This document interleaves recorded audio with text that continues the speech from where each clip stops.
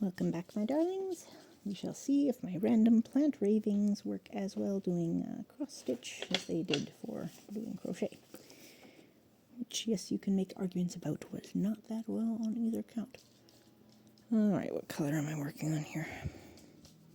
So you can see this is the Aurora Borealis. This is on the lighter part down here. Da-da-da.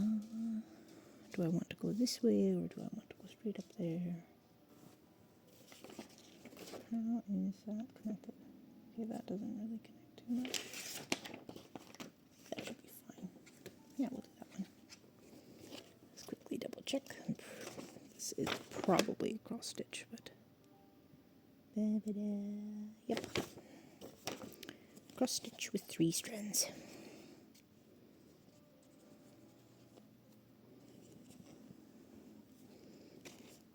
My pencil crayons worked quite well for doing this color-coded one. Because this one does need the colors, because some of them it is just the color and there's no symbol associated with it. This is a chart that you very much could not do in black and white. I like all the purples.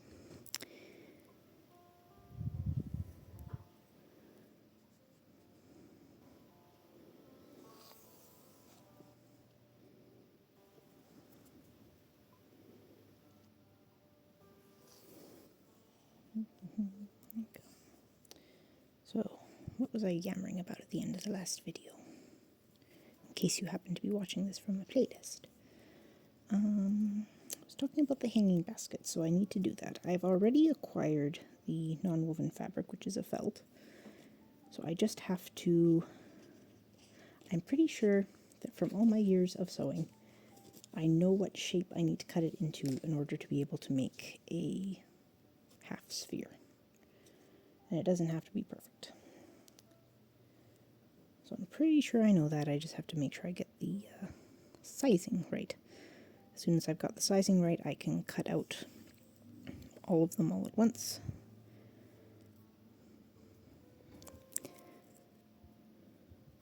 And then it'll actually be a fairly simple process to get everything back into them.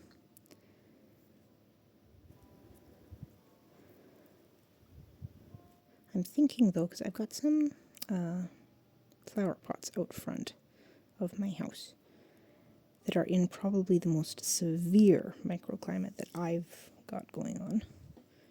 If you've not heard that term before, your climate is the general weather patterns over time of the place where you live. In terms of gardening, a microclimate is the individual effects that you have in your yard.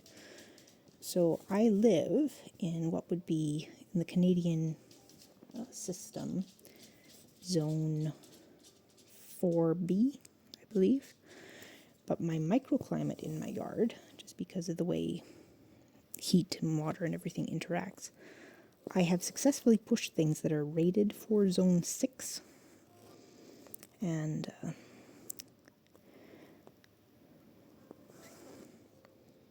as far as that goes, that does open up more possibilities for plants and perennials and things.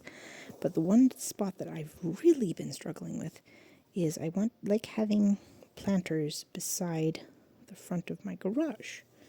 Problem is, the front of my garage faces south, and the microclimate that it has is substantially more severe than anywhere else in my yard. I have had cucumbers, which are, generally speaking, a hothouse kind of vegetable, struggle in that spot. I've had morning glories that have struggled terribly.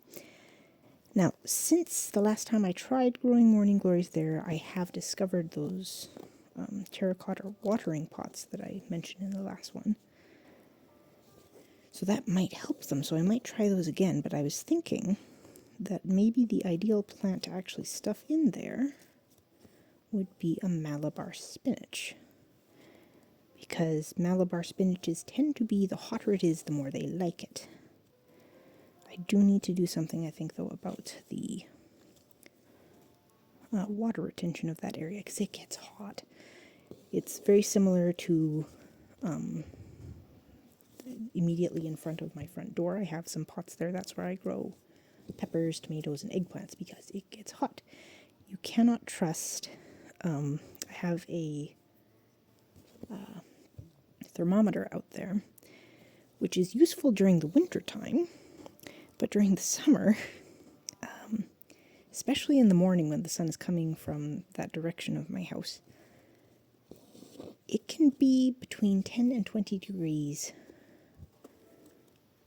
hotter than if you just get out from away from my front door. But it does get some relief though, because eventually the sun goes past, and then it's into some amount of shade. It's still hot, but nowhere near as bad as it could be for the latter half of the day. The pots I have sitting over in front of my garage do not have that advantage. They are just out in the blazing sun, basically from whenever the sun comes up, which can be as early as 4 o'clock in the morning, until somewhere in the vicinity of 8 or 9 o'clock at night. So I do think I need to do something about that poor thing. So one of the things I'm going to do is I'm going to first take out the weights that I put in the bottom of the pots, because they are taking up volume space, and I think that would be better served with soil. I still have some of those wool pellets that I mentioned about in my hanging baskets, so I'm going to put a bunch of those in there. I also need to amend it with some compost. I have some coconut coir composted soil stuff that does a very, very good job of holding water.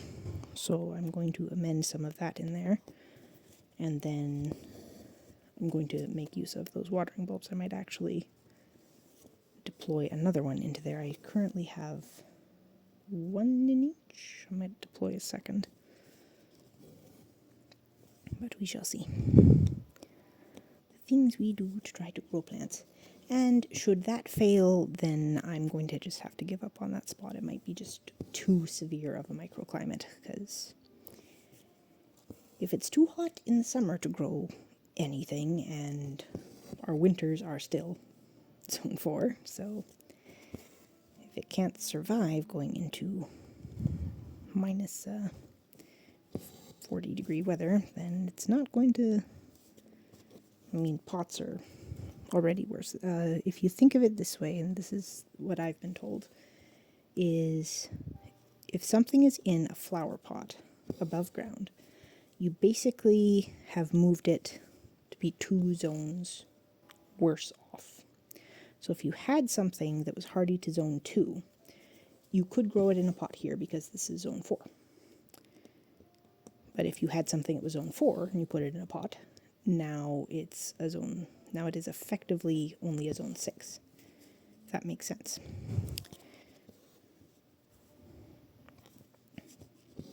I don't try to grow any perennials in pots. So that's just asking for a bad time.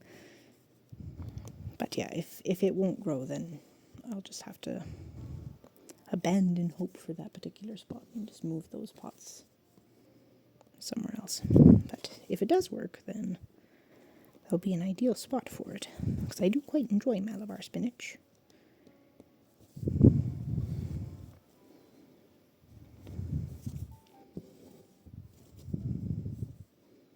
Trying to think if anything else has grown well out there.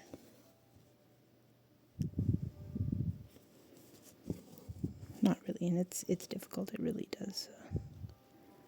I have to modify how I'm growing that particular location.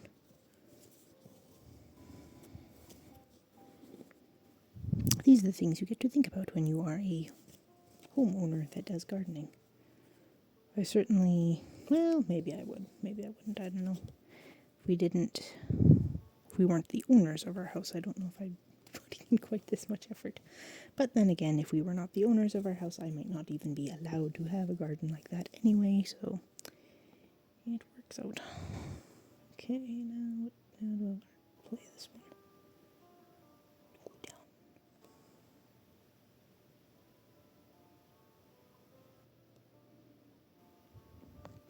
down. What was it that I had done funny here? Yes, that's what I did. I did something funny here earlier. I'm just kind of correcting around it because thankfully it is easily corrected around. But I'm not going to tell you what I did.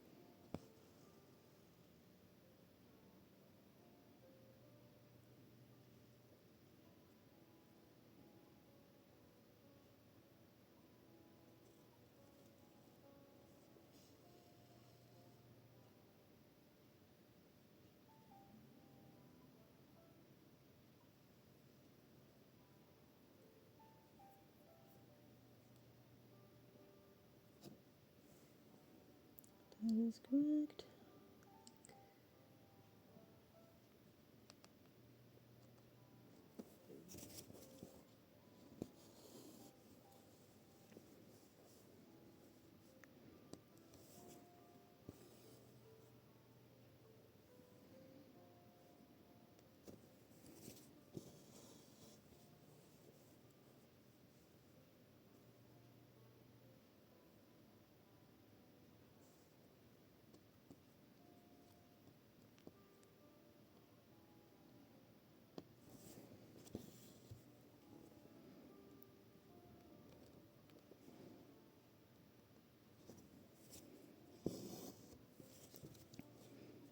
So far, the magpies have not tried to blow me bean plants out, so that's been nice. Maybe it's because the blue jay has been coming around to take peanuts, or maybe the magpies are distracted by the. Well, no. The magpies don't seem to like how much the feeder I use for the peanuts swings, so they don't really come for it very much. The blue jays, however, love to come, and if the feeder should be empty, they will sit outside my window and scream.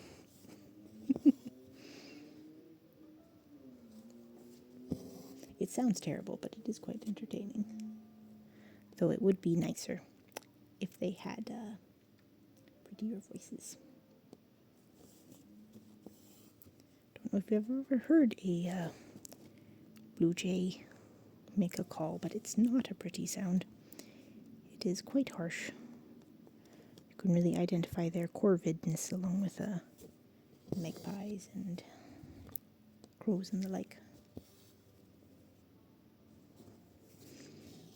I've had a lot of house finches around my house singing away, though. They have a very pretty call.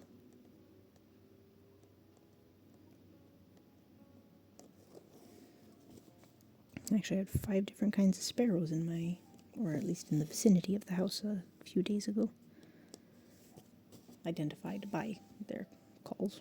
But it's also why you need to know someone that works with birds, so you can send them messages, be like, hey, I heard this, and I think I saw this. What is it? Another good resource is it's an app called Merlin that can either take pictures and then it cross-references them with a database to identify a bird, or it has a database of sounds, so it can also record you can record the call and then it'll try to identify it.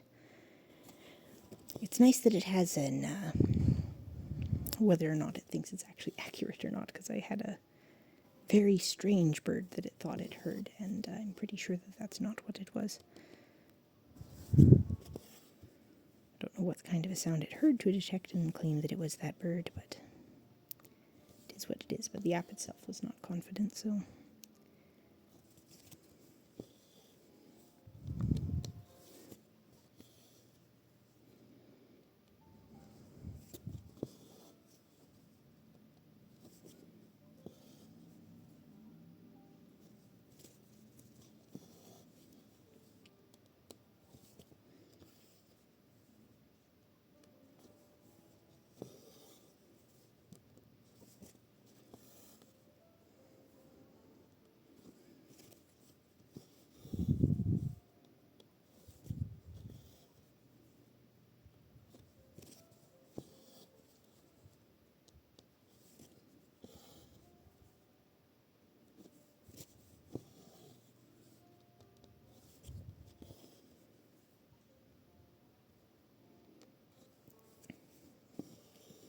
Definitely going to have to make sure that I go around though with a notepad and make some notes about how things grow and how much of various things that I actually want to start next year.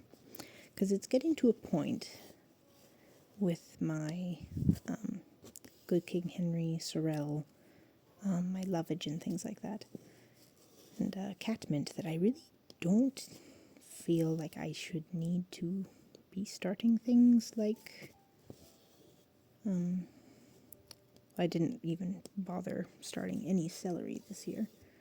I'm giving away the seeds because with the lovage I don't need it. So, and with the Good King Henry getting to the way it is, I don't think that I would, because I quite enjoy it for fresh eating. So I don't think that I would bother buying spinach in particular, possibly lettuce, but we'll see on an ongoing basis. Because it worked quite well in things like burgers or salads and things like that. I'm not going to just get rid of the seeds that I have for those ones. I'll probably just kind of use them to use them up, but yeah, once the perennials are established, then I mean by the time you can even get a lettuce or spinach seed to germinate outside, the perennial plants have been up and are harvestable already. So doesn't feel like there's a whole lot of point when I've got one that does that already.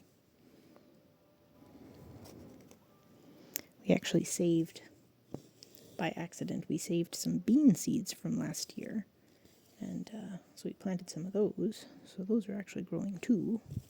If I can actually do that on purpose, then we might not need to purchase bean seeds on an ongoing basis.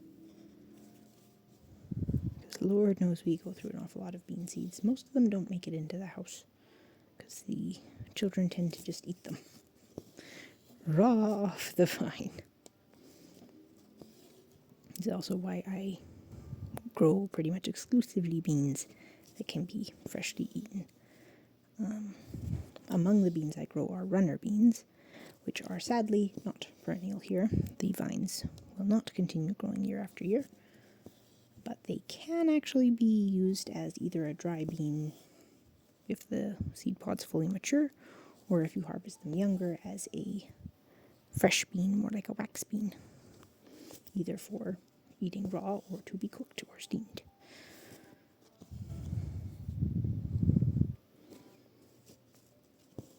Something I'm very excited about that I have planted this year is actually an edible form of Chinese lantern that is actually very similar to a ground cherry. I think they call it, or the common name for the variety is a strawberry ground cherry.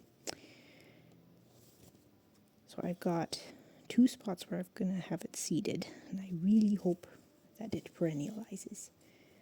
It should, based on the I got it from a seed seller that is not local to me, but lives in Canada, so is familiar with the way our weather systems work. And it's listed as that it should be fairly stably hardy in my area, so I'm really hoping that it grows. Because ground cherries, I think, have made it into the house after harvest once, because the children just eat them. So if that one will perennialize, that would be great, because then I don't have to worry about trying to source seeds for them.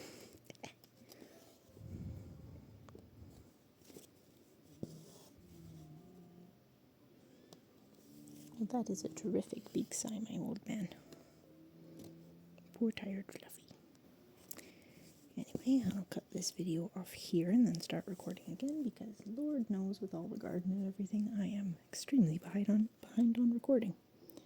See you next time. Don't forget to show the back.